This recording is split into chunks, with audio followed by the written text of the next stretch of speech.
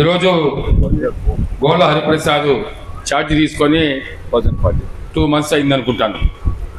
మరి దానికి సంఘీభావంగా ఇక్కడ అందరినీ కూడా చేర్చి గుడిపాల మండలంలో అందరినీ కూడా సమన్వయం చేసి తీసుకుపోవాలనే ఉద్దేశంతో ఏర్పాటు చేసిన సమావేశానికి వేదిక పైన గౌరవ శాసనసభ్యులు మిగిలిన నాయకులు అందరూ కూడా ఇచ్చేశారు. వాళ్ళకి అందరికీ కూడా మరి నా ధన్యవాదాలు తెలియజేస్తున్నా. నేనైతే హరిప్రసాద్ గారికి ఒకటే చెప్పదలుచుకున్నా. అయా మనకు 1986లో ఫస్ట్ మాండలిక రాజ్యాంగం వచ్చింది. అప్పటి నుంచి 40 ఏళ్ళు అయింది. కేవలం 3.5 సంవత్సరాలు 4 సంవత్సరాల వాళ్ళు ఉన్నారు తప్పితే మిగతా 36 సంవత్సరాలు తెలుగుదేశం ప్రభుత్వ ఆధీనంలోనే ఉంది. దానికి మొట్టమొదటిగా ఎంపీపీ గారు రఘుపతి నాయుడు గారు మరి మిగతా వాళ్ళందరూ కూడా రావడం కూడా జరిగింది.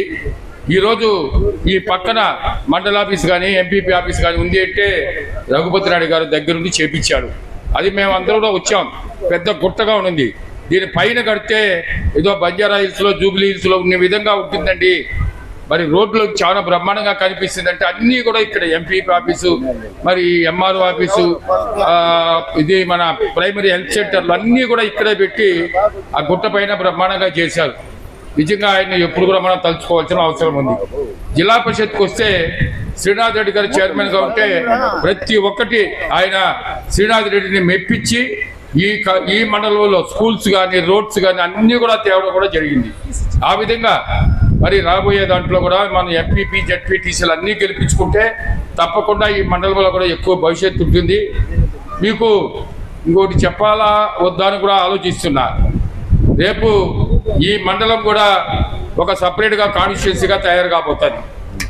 తప్పకుండా ఈ బంగారుపాలెం మండలమా లేకపోతే గుడిపాల పేరా ఏదైనా సరే ఒక పేరు తిరుపతి చిత్తూరు రూరల్ మండలంలో గుడిపాల, యాదమరి, తవనంపల్లి, చిత్తూరు రూరల్, బంగారుపాలెం ఈ 4 కూడా కలిపి ఒక మండలంగా తయారవుతుందంటే మండలాలు ఏ విధంగా చేశారో మాండలిక రాజ్యాంగం అదే విధంగా ఇక్కడ కూడా చేస్తారు.